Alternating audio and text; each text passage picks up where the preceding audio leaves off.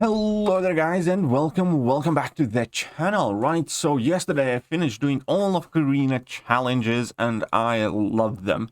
Now there are some things that I liked better in volume 1, but overall these were kind of much more reasonable and much more enjoyable. I think my only kind of like tiny little bit of gripe is the tedious ones in Realm of Legends really. I think 3 in there with 3 stars were just a bit too much. It really kind of felt tedious. And the first set of Korean challenges, didn't have that too much. I think they over this first time around with Labyrinth, this time around with Realm of Legends, because they're not hard. Objectively, Realm of Legends challenges are the easiest ones. That will also be testament with the items that I used, which is going to be something that we're going to discuss here. But I'm going to kind of like do a quick rundown of each challenge, and then we're going to discuss the items. So teams are plenty. MVPs are She-Hulk, Mr. Fantastic, and She-Hulk, Mr. Fantastic, and Magneto. With those 3 champions, you can get it all done without revives. I did as well. I didn't use any revives for any of the Realm of Legends challenges, and any items at all for the Hunk of Junk one. So Realm of Legends ones definitely are quite easy. Now Aegon one, obviously the Wolverine fight is quite tricky. You need to kind of juice up your Aegon as much as you can. And Hunk of Junk, you really just need Guillotine 2099, and that's quite it. I didn't use any Liquid Courage Double Edge for the Robot and Teams of Plenty challenges. I started off without Liquid Courage Double Edge with Aegon for the first fight, and then put on my Liquid Courage Double Edge for the rest of them. I will make guides for all of them, and I'll try to include mastery setups as much as I can, or just kind of explain my mastery setups for them also. But yeah, Hunk of Junk, Guillotine 2099, do all of the fights with her. I used healing pre-fight in every single fight, and that's it. Didn't use any other pre-fights, and ended up finishing very strongly with full health and no items used, so that worked out great. Now, the second set of challenges here, I enjoyed much more. Now, I did use some items there, but genuinely, I shouldn't have. Like, sick beast of a player, I used 1 revive just because I kind of messed up. The key there is to have your Doc Ock awakened, ideally. And second thing is to use that tech boost bricked, I think is called, that gives you armor ups every time you power drain opponent below the bar of power or something like that. That will make him much more powerful of a champion, and obviously boost up a bit. I did the unblockable finale path in that quest. The new heroes and foes, absolutely loved it as well. Unfortunately, did use 3 revives. I actually didn't need the revives for Black Bolt mini boss or Medusa boss, but my brain just kind of switched off for a moment against a random Morning Star, and I kept screwing up that fight. I really should have done it without revives as well, but I ended up using 3, and that's just because of that silly Morning Star and my brain kind of switching off. The easiest path there for me was on the left side, the reverse controls one, because Ultron can completely ignore it. So I used largely rank 4 5-star Ultron for it. And then I used a little bit of Hyperion and a little bit of Yellow Jacket, and I cleared up the boss with Squirrel Girl, who was a rank 4 as well at the time. If you have a 5-star Sunspot ranked, then Clapback path might be the best one for you. Right, that being said, fun challenge, liked it a lot. And Revolution, I hate all 3 of those champions. I wish they would be deleted from the game. But the challenge itself wasn't too bad. Take the masochism path there. The only really bad fight is the Warlock, for which one you ideally want to switch off willpower, and then it's just going to be a fairly long fight. I didn't use any revives getting to the Grandmaster. Unfortunately, I was a bit rusty playing Grandmaster, and I used like 4 revives. Yeah, exactly 4 revives for the Grandmaster, but it was quite fun. And overall, I must say that if Realm of Legends challenges are easier, but they're a lot more boring and tedious. Act 6 ones were actually fun and more enjoyable, and I liked them a lot. And the Abyss ones were actually really enjoyable. I like the fact that in Come Out to Play, we didn't have to beat the Collector, because Collector is the entire reason why I don't like Abyss particularly, because that fight is just an absolute huge pile of poop. I really wish they would change that boss, and then, there's more of a chance that I would want to do more Abyss runs and stuff like that, because Collector fight is just ridiculously silly, and I hate it. It's one of the worst designed fights in the game.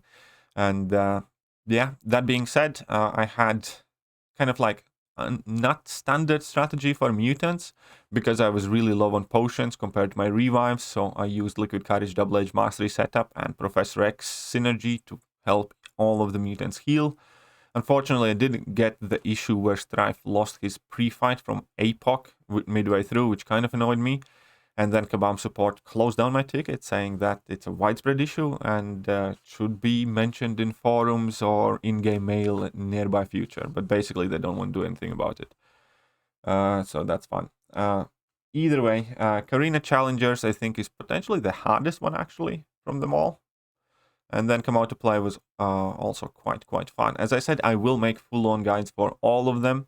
I will start with the Abyss ones, because I know that those are the ones that people are wanting the most, and I don't want to keep you guys waiting several days for that.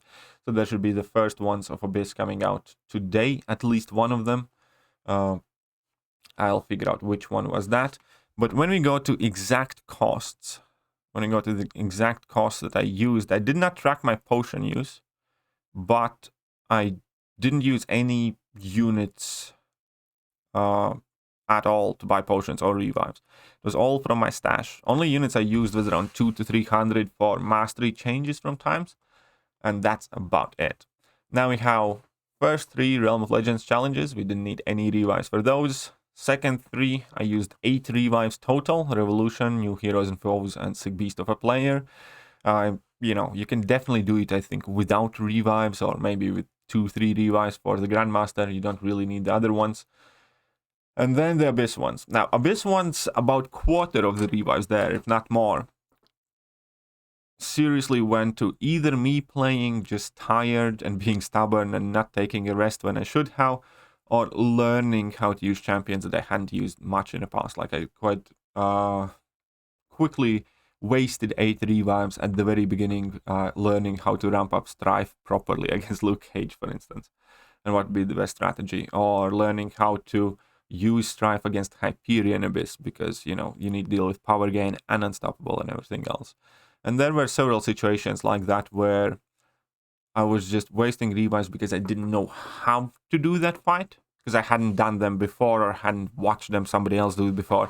I reckon you can definitely cut it down by about 30 to 40% on every single run to what I used, because a lot of them were just silly. A lot of them were champions where I just decided to try something out, or didn't quite understand how to do that fight initially, and you can do a lot better. That being said, I'm still quite happy. In total, I used 116 single revives, 12 team revives. All of that came out from my stash. Now my stash is nearly empty right now, but you know, that's what it's there for, to be used, and I'm quite happy that I finally got it to good use. So Mutant Domination actually turned out to be the most expensive one, I think, for me, but again, a lot of those were my fault. I think Mutant Domination you can definitely cut down around 12, 13. And the thing about Mutant Domination run was also that I didn't use any boosts or hardly any heal potions, because I was saving them. So that's why the revive count is slightly higher there. The Symbiote one was very cheap, very quick, because you don't need to do the collector, and getting to Green Goblin wasn't too bad.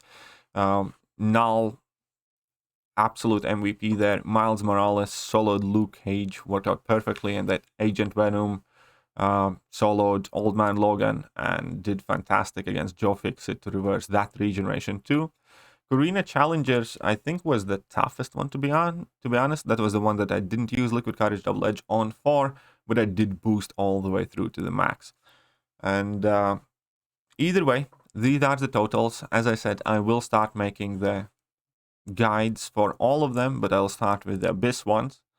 And before I upload the guides, I have 3 dual 6-star crystals to open in the next quick video. So I hope you guys enjoyed this one. Again, if you have any questions, please do not hesitate to ask them. And if they are about specific challenges, I recommend waiting till the guide comes out at large. But I must give kudos to whoever made these. I do think, again, they overdid slightly bit with the Realm of Legends ones. They were a bit tedious. But all in all, I think Abyss challenges were quite a pleasant surprise. I was quite happy with those. I think Act 6 challenges are quite doable also. There's nothing too crazy about them. And yeah, the Realm of Legend ones are just, you know, not hard, it's just tedious.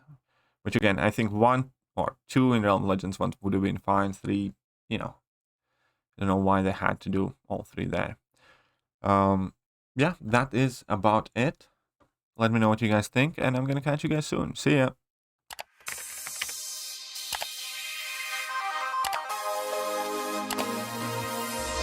Hello there guys, and welcome back to the channel. So we have all the information about